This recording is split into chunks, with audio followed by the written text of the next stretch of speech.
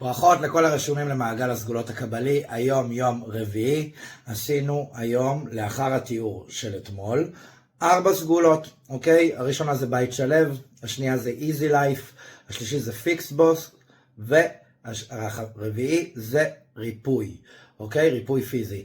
עכשיו, כל מי שנרשם לבית שלב, לקרוא את פרק תהילים, מומלץ לקרוא את פרק תהילים ט"ז 3 פעמים, אוקיי? כל מי שרכש Easy Life, פרק תהילים ק"י גם 3 פעמים, עד 7 פעמים, כל אחד מה שנוח לו וטוב לו ונכון עבורו.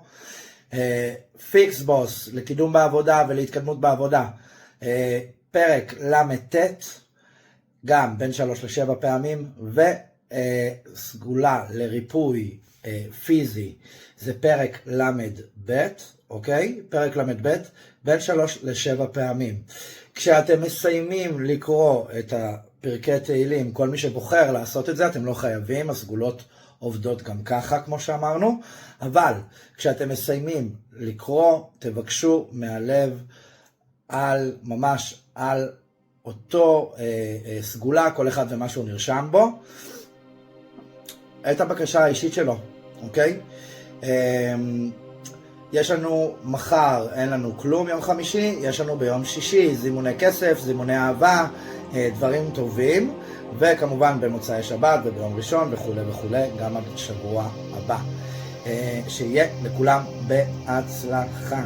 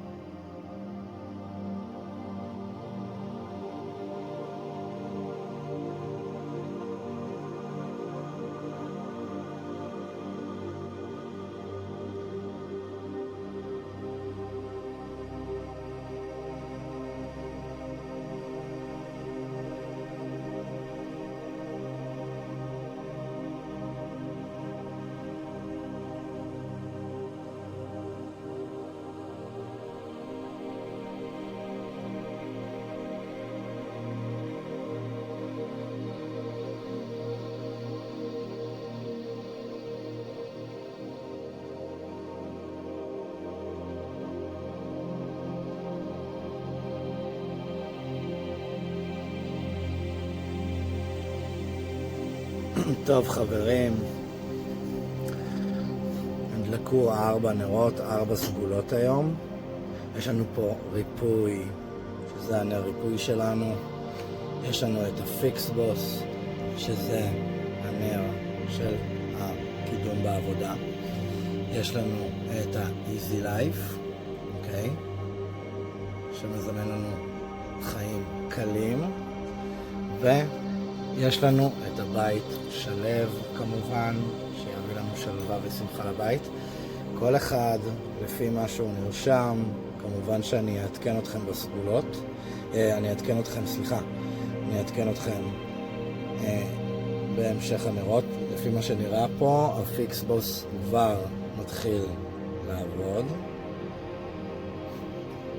ונעדכן בהמשך הסרטון. טוב חברים, כל הסגולות והזימונים מתחילים לעבוד. הפיקס בוס בכלל מתפרע פה ממש, אז כל מי שנרשם, הסגולה שלכם התחילה. ה-Easy Life מאחורה גם נותן בראש. הריפוי והבית שלב עדיין בתהליכים, אבל תכף גם הם ייכנסו לעניינים. הכל נראה מעולה.